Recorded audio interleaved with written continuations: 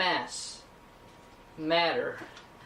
These are terms everyone's heard at some point in their life, or will hear at some point in their life, yet not everyone completely understands them. Mass, people tend to confuse with the size of something or the weight of something, both of which it is kind of tied to, yes, but that's not an attribute of matter per se by default. Matter is resistance to acceleration. Mass. Mass is resistance to acceleration. Matter is what mass is consistent of. It's what we're consistent of. We're made of matter.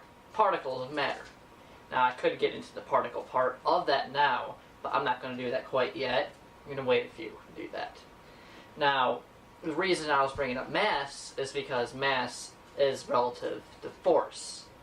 I covered the acceleration half of force in the previous videos, but not mass. Now, when you think of force, you think of an easy way to represent it is a person pushing on a box or something. You have that person is the mass, and their pushing is the acceleration.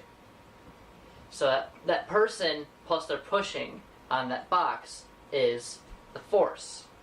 Now, there are more than one types of force when you're thinking about them, because you got the forces that are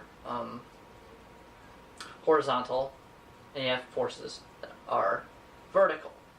Typically, when you're thinking of a vertical force, you have what we call the normal force. That forces things down. That typically, we use gravity as the normal force. And the inverse of that force is the force that keeps things together, pretty much. They don't collapse under gravity. That's the other half of the normal force. And on both sides, we have the external forces, the applied forces on the object. There's other attributes of force, too, as well, but I'm not getting into those now. Those are advanced physics terms, and those are for later on. Now, there are other reasons for me to bring up mass and matter. Like I said, matter deals with particles as well, and we're consistent of those particles. Matter and things relative to matter are what brought in the era of particle and wave physics. A more important thing that brought that in was also light. Now, Newton did discover and create a theory of gravity and theories on forces, friction, and other attributes of physics, but he also did a lot on light, as well as other people.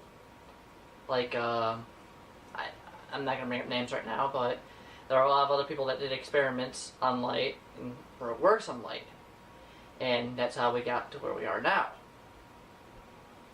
Now, typically when you think about light, you think about it traveling down a path.